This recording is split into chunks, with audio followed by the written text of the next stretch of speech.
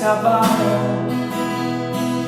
os pombos se curvam, as bocas se abrem e as mãos se levantam pra dizer que tu és o Rei,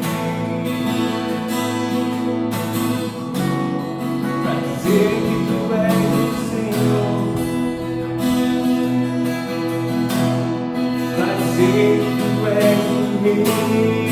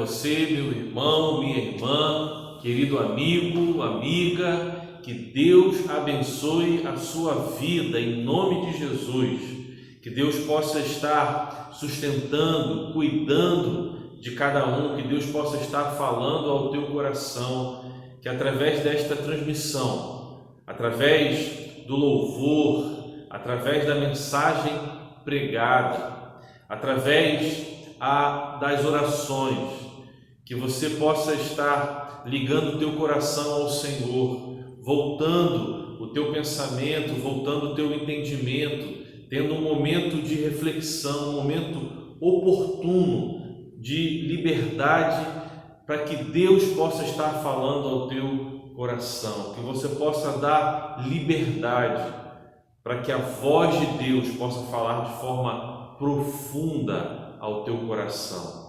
Eu quero orar ao Senhor neste momento. Senhor nosso Deus, Pai querido e santo, louvado e exaltado em tudo seja o Senhor. Obrigado, Pai, porque podemos estar diante do Senhor. O Senhor é o nosso refúgio, a nossa fortaleza, socorro sempre presente no tempo da angústia.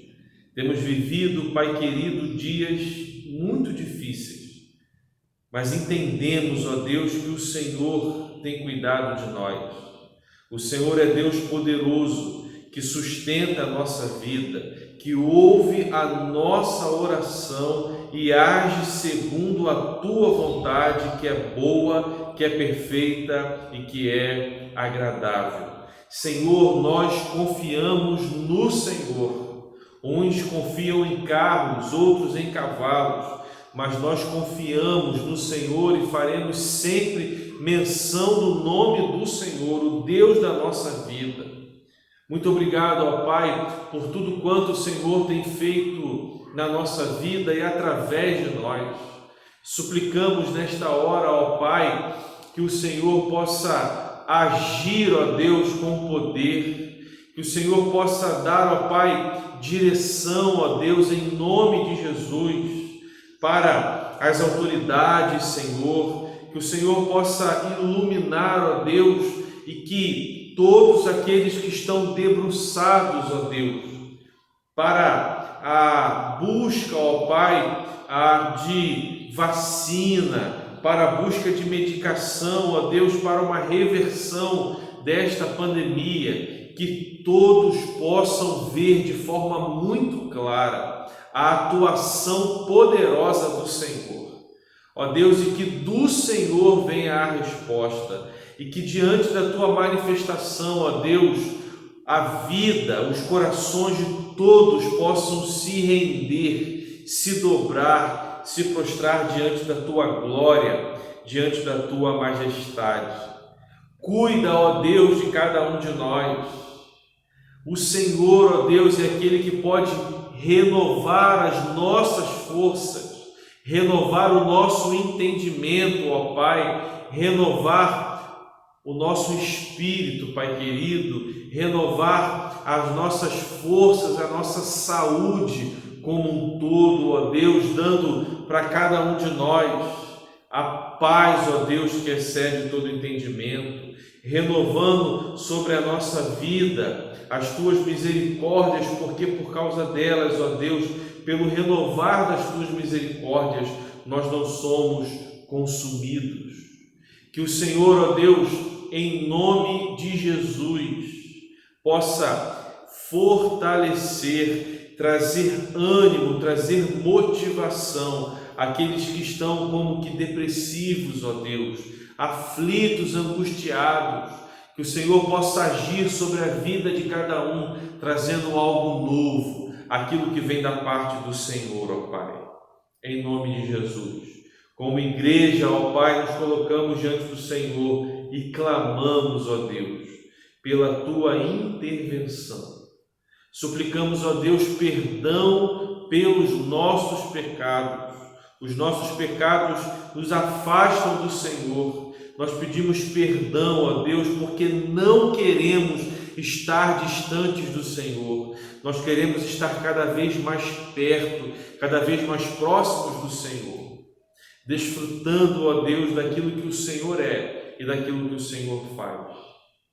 Colocamos nossa vida, ó Pai, diante do Senhor, e que o Senhor possa falar, ministrar as tuas verdades ao coração de cada um de nós. Abençoa a nossa vida, abençoa a nossa família, em nome de Jesus. Nós oramos. Amém. Famílias fortes, igreja forte. Deus tem falado ao nosso coração ao longo deste mês de maio com esta temática, famílias fortes, igreja forte. E temos sido convocados, chamados a nos fortalecermos no Senhor, fortalecermos a nossa família no Senhor, a igreja sendo também fortalecida no Senhor, e este mundo, esta sociedade, através de cada um de nós, será abençoada, será fortalecida. Quero ler Romanos, capítulo 16, versos 1 até o verso 16. Palavra do Senhor diz assim, Romanos 16, a partir do verso 1. Recomendo-vos, nossa irmã Febe, serva da igreja de Cencreia, para que a recebais no Senhor, de modo de modo digno dos santos e a ajudeis em qualquer coisa que necessitar, pois ela tem sido o amparo de muitos, inclusive de mim. Cumprimentai Prisca e Áquila, meus cooperadores em Cristo Jesus, os quais arriscaram a própria vida por mim. Não só eu lhes agradeço isso, mas também todas as igrejas dos gentios. Cumprimentai também a igreja que está na casa deles. Cumprimentai Epêneto, e meu amado, o primeiro fruto da Ásia para Cristo. Cumprimentai Maria, que trabalhou muito por vós. Cumprimentai Andrônico e Júnias, meus parentes e companheiros de prisão, os quais se destacam entre os apóstolos e servem e estavam em Cristo antes de mim. Cumprimentai Ampliato, meu amado no Senhor. Cumprimentai Urbano, nosso cooperador em Cristo, e Estaques, meu amado. Cumprimentai Apeles, aprovado em Cristo. Cumprimentai-os da família de Aristóbulo. Cumprimentai Herodião, meu parente. Cumprimentai-os da família de Narciso, que estão no Senhor. Cumprimentai Trifena e Trifosa, que trabalham no Senhor. Cumprimentai a amada Pérside, que muito trabalhou no Senhor. Cumprimentai Rufo, eleito no Senhor, e sua mãe, que tem sido minha mãe também. Cumprimentai Assíncrito e Flegonte, Hermes, Pátrobas, Hermas e os irmãos que estão com eles. Cumprimentai Filólogo e Júlia, Nereu e sua irmã Olimpas e todos os santos que estão com eles. Cumprimentai-vos uns aos outros com um beijo santo. Todas as igrejas de Cristo vos cumprimentam. Que Deus seja louvado e exaltado pela sua preciosa palavra. Daqui a 100 anos, se o Senhor não voltar até lá, porque o Senhor pode voltar daqui a 1 minuto, mas daqui a 100 anos, se o Senhor não voltar até lá, nas gerações futuras que farão parte da Igreja de Cristo Jesus, como você gostaria de ser lembrado pelas futuras gerações? Como você gostaria que a sua família fosse lembrada pelas futuras gerações? Como você gostaria que o mundo, a sociedade lembrasse de você, lembrasse da sua família? Ao estudar a história da sua família, ao lembrar da sua vida, você gostaria que as pessoas lembrassem de você, como lembrassem da sua família como pessoas que foram bênção, ou como pessoas que deixaram marcas tristes na história da igreja? Escrevendo sua carta aos Romanos, o apóstolo Paulo pôde falar sobre uma relação grande de pessoas, de famílias que foram bênçãos para a igreja, que deixaram uma marca positiva na sociedade de seu tempo e, portanto, há pessoas que deixaram esta marca e são bênção para nós. O apóstolo Paulo fez menção dessas pessoas que estavam sendo bênção no seu tempo, no seu contexto, e hoje essas pessoas são lembradas por nós desta forma, como pessoas que abençoaram vidas, como pessoas que abençoaram a igreja de Cristo Jesus.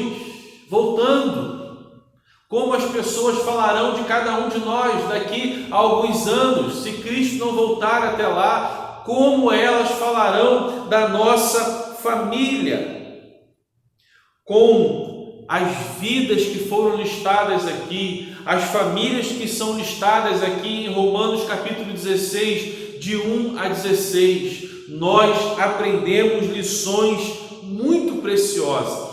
A primeira delas, famílias fortes abençoam a igreja a despeito da sua configuração familiar. Famílias fortes abençoam a igreja a despeito de sua configuração familiar. Dentro dos parâmetros da vontade de Deus, para a constituição, para o estabelecimento da família, tendo como base o modelo tradicional de família, existem configurações familiares. O texto bíblico nos mostra isso. Nós temos famílias aqui formadas por casais. Temos o exemplo de Áquila e Priscila. Nós temos famílias aqui formadas por irmãos. O caso das irmãs Trifena, Trifosa. Nos lembramos agora também da família de Lázaro, uma família formada por irmãos. Lázaro, Marta, Maria. Nós temos exemplos aqui no contexto bíblico de famílias formadas até mesmo por pessoas solteiras. Portanto, dentro dos parâmetros de Deus, dentro dos princípios de Deus para a constituição da família, existem formas diferentes, configurações diferentes de famílias. Por exemplo, quando olhamos para o contexto da igreja de hoje, nós vemos famílias que têm lá a mãe e os filhos, famílias que têm o pai e os filhos, pessoas que ficaram viúvas. Temos toda esta realidade e Deus usa cada uma dessas pessoas nestes contextos de famílias para serem bênçãos na vida da igreja, para serem bênção na vida desta sociedade. O texto bíblico nos orienta e nos mostra uma realidade muito grande. Deus valorizando na sua obra a vida das mulheres, Deus valorizando na sua obra a vida dos homens. O apóstolo Paulo é falado por alguns como misógino, mas na verdade, quando olhamos para a vida do apóstolo Paulo, para o seu ministério, quantas mulheres foram cooperadoras do ministério do apóstolo Paulo e foram reconhecidas pelo apóstolo Paulo como cooperadoras, como instrumento de bênção na igreja, na sociedade, na pregação do evangelho no tempo em que viveram. Então quero pontuar isso de forma muito específica e muito especial para o coração de cada um de nós. Famílias fortes abençoam a igreja a respeito de sua configuração familiar. Às vezes tem-se uma ideia de que tão somente há casais com filhos podem trabalhar na igreja, podem cooperar, mas não. Deus usa famílias compostas por irmãos. O exemplo de Lázaro, Marta e Maria é muito significativo. Deus usa a vida de famílias, onde tem lá a mãe com os filhos, onde tem lá o pai com os filhos, até mesmo a realidade de pessoas que se encontram solteiras, são instrumentos de Deus para a realização dos propósitos de Deus no reino de Deus. Deus usa a realidade familiar, tal como ela está neste momento, logicamente, dentro dos parâmetros, dentro dos limites da vontade de Deus para a família. Meu irmão e minha irmã, nenhuma família é perfeita. A configuração familiar é diferente, mas Deus quer usar a vida de cada um de nós. Pode ser que você não tenha mais o seu pai, pode ser que você não tenha mais a sua mãe, pode ser que você não tenha mais aquele irmão, aquela irmã tão querida no contexto do seu lar. Pode ser que você esteja viúva. Deus quer usar a sua vida no reino, para que você seja bênção na igreja, para que você seja bênção na vida desta sociedade, anunciando e dando testemunho de uma fé verdadeira, anunciando o Evangelho, a palavra do Senhor para a salvação e transformação de vidas. Em segundo lugar, aprendemos com o relato bíblico de Romanos 16, de 1 a 16, mostrando aqui configurações variadas de famílias, mas famílias que foram bênçãos para o Senhor, que igrejas só serão fortes quando cada membro, cada família encarar que todos são servos, todas as famílias trabalham na mesma obra. Igrejas só serão fortes quando cada membro, cada família encarar que todos são servos, que todas as famílias trabalham na mesma obra. No texto bíblico, o apóstolo Paulo, ele falou sobre pessoas e famílias cooperadoras, pessoas e famílias trabalhando, pessoas e famílias sendo servos de Cristo Jesus. O apóstolo Paulo, em nenhum momento, fez um destaque dizendo que uma pessoa ou outra, uma família ou outra eram melhores no contexto da igreja. Não, mas o destaque que o apóstolo Paulo fez é que pessoas e que famílias eram cooperadoras, trabalhavam na causa do Senhor, eram servos e servas do Senhor. Precisamos ser assim no contexto da igreja, no contexto do testemunho da mensagem do Evangelho para esta sociedade. Precisamos ser cooperadores do Senhor, precisamos trabalhar na causa do reino, precisamos ser servos segundo o querer e segundo a vontade do Senhor. Aquilo que Deus está fazendo, a forma como Deus está fazendo, a forma como Deus está usando a igreja hoje, a forma como Deus vai usar a igreja, as vidas, as famílias pós essa pandemia. Não há mais lugar para aquele pensamento e para aquele sentimento que dominou o coração e a vida de algumas famílias, de algumas pessoas que, por exemplo, se achavam donas das igrejas, que se achavam melhores do que as outras. Não há mais espaço para isso. As pessoas, as famílias estão sendo chamadas, capacitadas e levantadas por Deus para serem servos, para trabalharem na causa do Senhor, para cooperarem. Quantas histórias muito tristes que já foram vividas pelas igrejas, porque famílias queriam ter a supremacia, queriam mandar, queriam se achar donas das igrejas. Esse tempo passou, essa realidade acabou. Estamos aprendendo com a palavra de Deus e, sobretudo, estamos tendo a oportunidade de nos prepararmos como igreja para vivermos um novo tempo, em nome de Jesus. Tempo onde a nossa alegria vai ser a alegria de servir, a alegria de trabalhar, a alegria de cooperar no reino de Deus, segundo o querer e segundo a vontade do Senhor. E sermos então lembrados daqui a 10, 50, 100, 200 anos, se Cristo não voltar até lá, como pessoas e como famílias imperfeitas, com configurações familiares diferentes dentro da vontade de Deus, mas como pessoas e famílias que a sua alegria, a sua energia foi gasta em trabalhar, em servir, em cooperar com a obra do Senhor, segundo o querer e segundo a vontade do Senhor. Louvado seja o Senhor por isso, louvado seja o Senhor.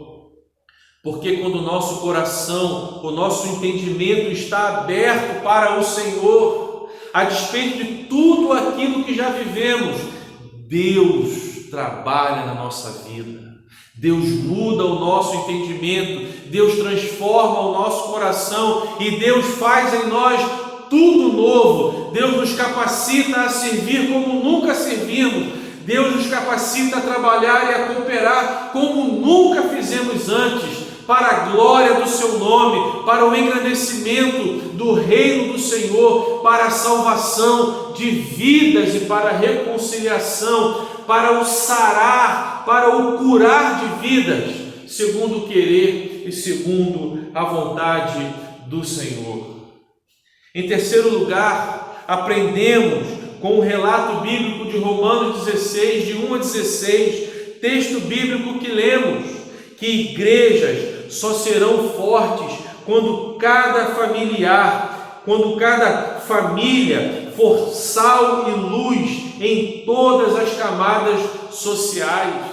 Igrejas só serão fortes quando cada membro da família, quando cada família for sal e luz em todas as camadas sociais. No relato bíblico temos aqui o nome de várias pessoas, nomes mais simples de falar e outros mais complexos, né? Eu creio que ninguém deseja colocar num filho, numa filha, alguns nomes que temos aqui, como o caso das irmãs Trifena e Trifosa. Mas a despeito desses nomes diferentes para nós, mas pessoas que foram servos e servas do Senhor, nós vemos aqui no relato bíblico famílias que viveram numa realidade social mais elevada e foram sal e luz nesta realidade social mais elevada, e famílias que viveram numa classe social mais inferior, mais simples, mas que foram sal e luz na classe social mais simples, ou seja, famílias que Deus usa, famílias fortes que Deus usa no lugar em que Deus as colocou, no lugar que Deus colocou você. Deus colocou para que você seja bênção em nome de Jesus. Particularmente, não gosto muito da expressão secular e espiritual. Quando alguém pensa assim, aquilo que eu faço na igreja é algo espiritual, mas aquilo que eu faço no meu trabalho é algo secular. Não gosto dessa expressão. Aonde Deus nos colocar, nós estamos ali para exercer o nosso ministério. Aonde Deus nos colocar, nós estamos ali para dar testemunho da nossa fé em Cristo Jesus, uma fé sem fingimento. Deus levanta pessoas para ser pastores, missionários, líderes na igreja do Senhor, dedicando sua vida integralmente nas questões que envolvem a vida da igreja, o ministério. Sim, mas Deus também levanta pessoas para serem professores. Deus levanta pessoas para serem enfermeiros, para serem médicos, fisioterapeutas. Deus levanta pessoas para serem mecânicos. Deus levanta e capacita pessoas para, segundo o querer e a vontade dele. Deus coloca essas pessoas nos mais variados segmentos da sociedade para serem ali instrumentos de bênção. Tente pensar comigo. Uma pessoa que não conhece ao Senhor, tem lá um pequeno problema no seu carro, vai ao mecânico que não tem nenhum princípio e que tão somente quer se dar bem. Ele diz para a pessoa, tem que trocar o motor do carro. Aí a pessoa, meu Deus, trocar o motor, vou fazer um outro orçamento. E ele então vai ao mecânico crente, alguém comprometido com Deus, e a pessoa olha lá, não, rapaz, aqui é um fiozinho só que precisa aqui de um aperto simples. Ué, mas um fiozinho só, o outro falou que era o motor. Não, aqui eu trabalho com a verdade, eu trabalho para os homens como eu trabalho para Deus, e aqui eu dou testemunho do Senhor.